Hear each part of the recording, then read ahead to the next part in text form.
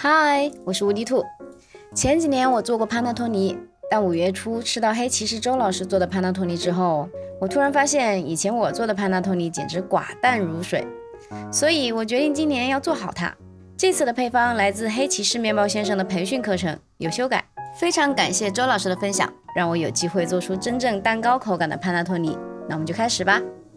今年的第一步还是养鲁邦种，你也可以用波兰种等量代替鲁邦种。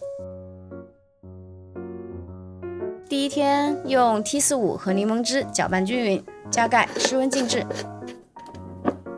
第二天面糊看不出变化，不用管，加 T45 和纯净水搅拌均匀，标记好面糊上缘的位置，继续室温静置。第三天面糊变高了，里面出现了气泡，这就代表它活了。搅匀之后分成2等份，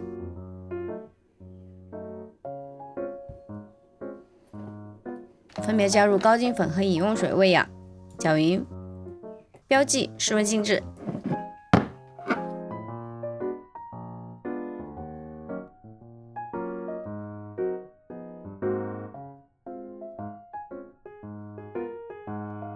如果第3天还没有出现气泡，请从第1天的步骤重新开始。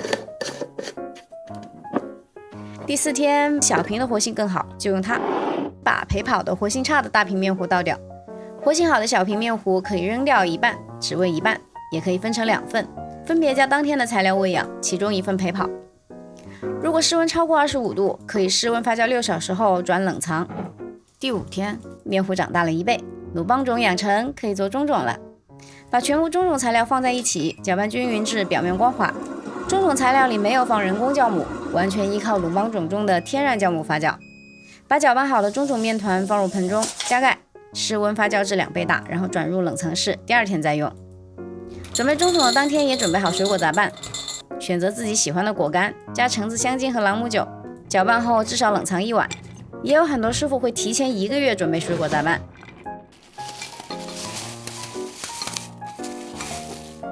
打煮面团的前1个小时，取出中种和水果杂拌回温。这时候中种面团的体积大约是打完时的3倍大。这也是我第一次这么真实地感受到天然酵母和时间的力量。把中种、高粉、一大堆细砂糖和极少量的鲜酵母加入搅拌缸。你没看错，鲜酵母真的只有 0.6 克，相当于 0.2 克速溶干酵母。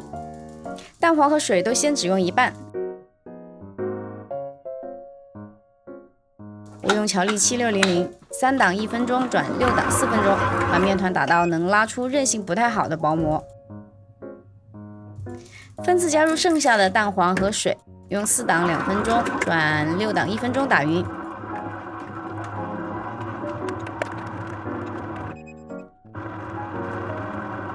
这个时候面团已经很均匀了，但还是很稀，不用着急。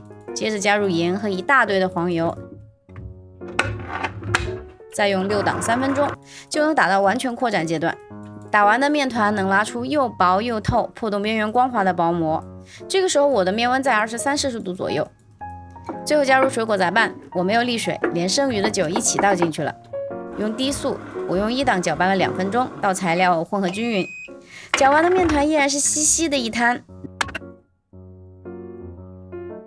能拉出破洞边缘光滑的水润薄膜。这个时候面团在24到26摄氏度，手沾水，把面团抱进发酵盒，把4周往底部折进去，让表面稍微收紧，帮助发酵。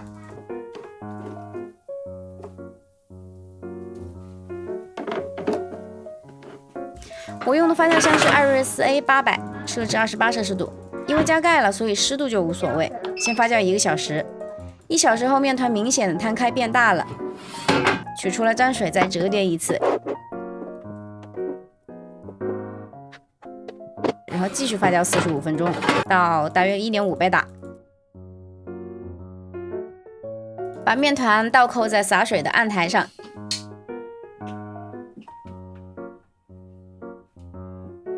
切分成4等份，手一定要沾满水，不然面团会非常黏。把面团整圆，放入4寸的马粪模具。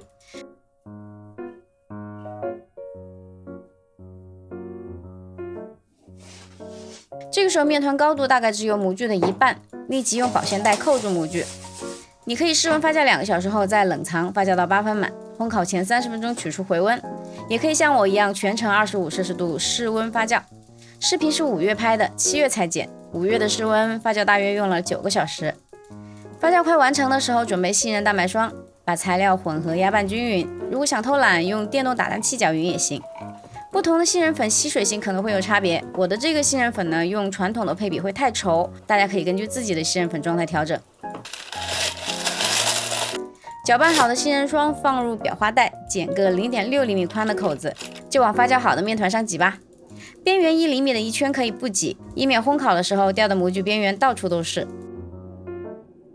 挤完，撒上杏仁片、珍珠糖和糖粉，送入预热好的烤箱，参考屏幕上的时间和温度烘烤。